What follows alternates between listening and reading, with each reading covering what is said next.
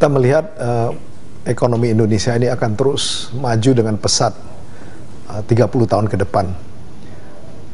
Dibutuhkan transformasi fisik, pembangunan pelabuhan, jalan, tol, dan sebagainya. Tetapi yang lebih penting lagi membutuhkan transformasi sosial. Membangun soft infrastructure berarti membangun manusianya itu sendiri. Nah, karena itulah kelompok Lipo kami tertarik dengan membangun transformasi sosial itu melalui sektor jasa. Membangun manusianya melalui kesehatan, pendidikan, melalui peningkatan daripada gaya hidup dari orang dilahirkan terus sampai saat-saat terakhir bisa dijaga. Nah, melalui sanalah semoga Lipo bisa menjadi steward yang baik untuk bisa membangun bangsa. Pendekatan kami bukan CSR, karena CSR itu starting point-nya, titik awalnya itu adalah semua milik saya. Tetapi jika stewardship, semua bukan milik saya, itu memang adalah berkat dari Tuhan, berkat dari masyarakat yang harus dipertanggungjawabkan kembali, harus dikerjakan, harus dikembalikan kepada masyarakat melalui sektor jasa dan usaha-usaha itu yang membangun bangsa dan membangun manusia.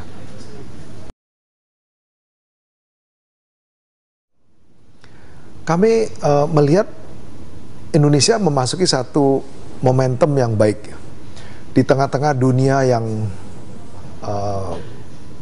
penuh dengan tantangan, yaitu Eropa, Amerika, Jepang, bahkan India dan RRC pun juga mengalami tantangan yang besar.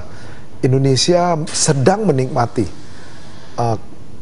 suatu kestabilitasan daripada pembangunan ekonomi yang selama ini dibangun oleh para teknokrat kami. Jadi dengan situasi seperti ini perlu mengambil momentum, melakukan investasi besar-besaran justru untuk membangun infrastruktur, tapi yang soft infrastruktur, membangun transformasi sosial itu yang tadi telah saya katakan, supaya bisa cepat-cepat itu membangun khususnya di daerah, khususnya di Indonesia bagian timur. Karena kami melihat bahwa 30 tahun ke depan pusat dari Indonesia justru di timur. Bahkan timur pun menjadi pusat daripada seluruh Asia Tenggara.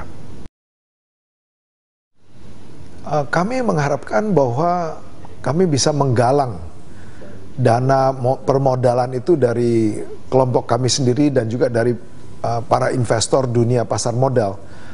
Setidaknya 2-3 miliar dolar itu dalam waktu 3-4 tahun itu membangun transformasi sosial melalui kesehatan, pendidikan, melalui pembangunan infrastruktur, melalui malls, retailing, untuk dibangun ya khususnya di daerah yang mana di daerah memang biaya pembangunan itu lebih tinggi daripada di Jakarta.